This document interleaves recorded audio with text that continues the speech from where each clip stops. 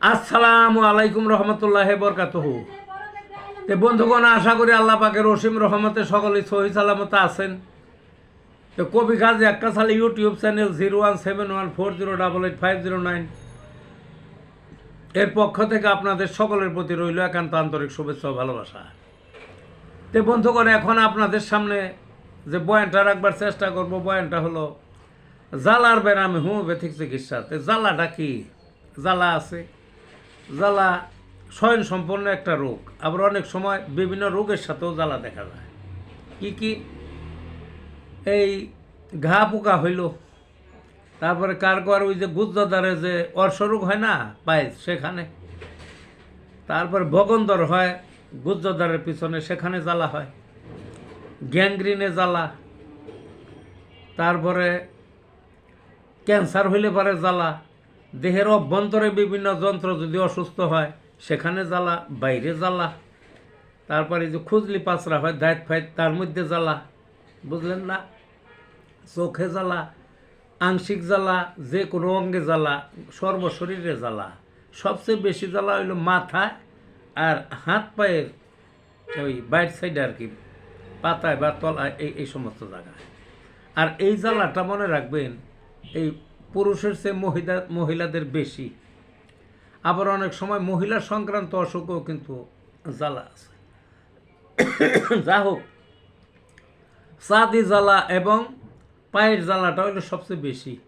সর্বশরীরও আছে পায়ের জ্বালা, চাঁদের জ্বালা। এই জ্বালাটা আবার দুই ধরনের দেখা যায়। একটা দেখা যায় ওই ঠান্ডা প্রয়োগে আরাম পায় বা একটু উপকার পায়, সেই ক্ষেত্রে সালভার ওষুধটা মনে রাখবেন।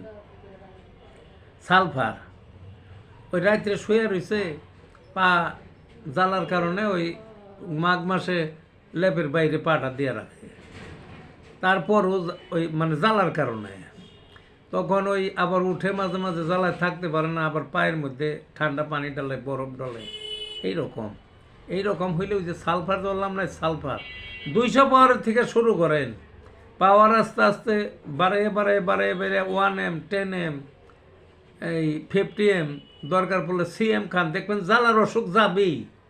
আবার অনেক সময় গরম হয়ে যায় শরীর, গরমও থাকে, এই সালফারে এইভাবে ব্যবহার করলেই সারবে। আরেক ধরনের জ্বালা আছে, গরম প্রয়োগে আরাম পায়। গরম প্রয়োগে, গরমটা কি?